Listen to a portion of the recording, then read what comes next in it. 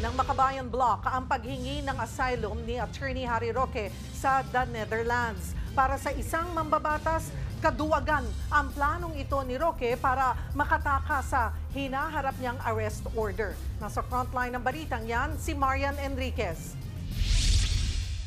Wala raw karapatang humiling ng asylum sa The Netherlands si Attorney Harry Roque. Yan ang iginiit ni House Deputy Minority Leader at ACT Teachers Party List Representative Franz Castro. Sila raw mismo sa Makabayan Bloc ang mangunguna sa pagharang sa kanyang hiling ng asylum. Nakakatawa itong si Roque. Mukhang hindi niya alam ang ibig sabihin ng asylum. Hindi naman siya biktima ng political persecution. Kasama pa nga raw si Roque sa mga aniyay pumapalakpak sa malawakang patayan noong war on drugs. Payo ni Castro kay Roque, Mars, umuwi ka na rito at i-clear mo yung sarili mo muna dito, no? Bago ka mag-abuga-abogado kay dating Presidente Duterte. nagbibigay ng asylum ang Netherlands sa mga taong nasa panganib, torture o hindi makataong pagtrato sa kanilang bansang pinagmulan tulad ng panahon ng gyera. Isa sa nabigyan noon ng asylum ng Netherlands ang dating CPP-NPA leader na si Jose Maria Sison.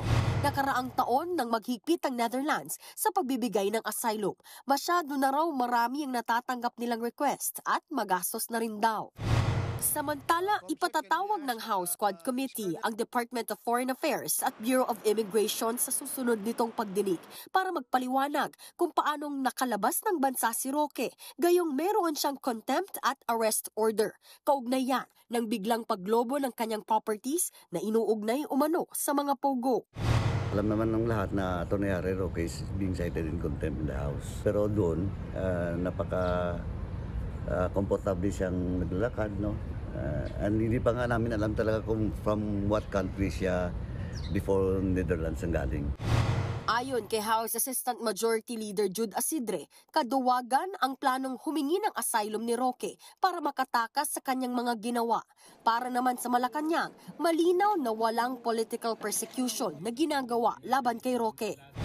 How could there be a political persecution if all the pieces of evidence are overwhelming? So, wala po tayo nakikitang political persecution. Si Senate President Cheese Escudero naman sinabing karapatan ni Roque na humiling ng asylum pero nakasalalay pa rin daw sa Netherlands ang desisyon. Nagbabalita mula sa Frontline, Marian Enriquez, News 5. Mga kapatid, Cheryl Cosim po, huwag maging huli at maging una sa lahat sa balitaan. Para sa tuloy-tuloy na talakayan sa Frontline, mag-follow at mag-subscribe sa social media pages ng News 5.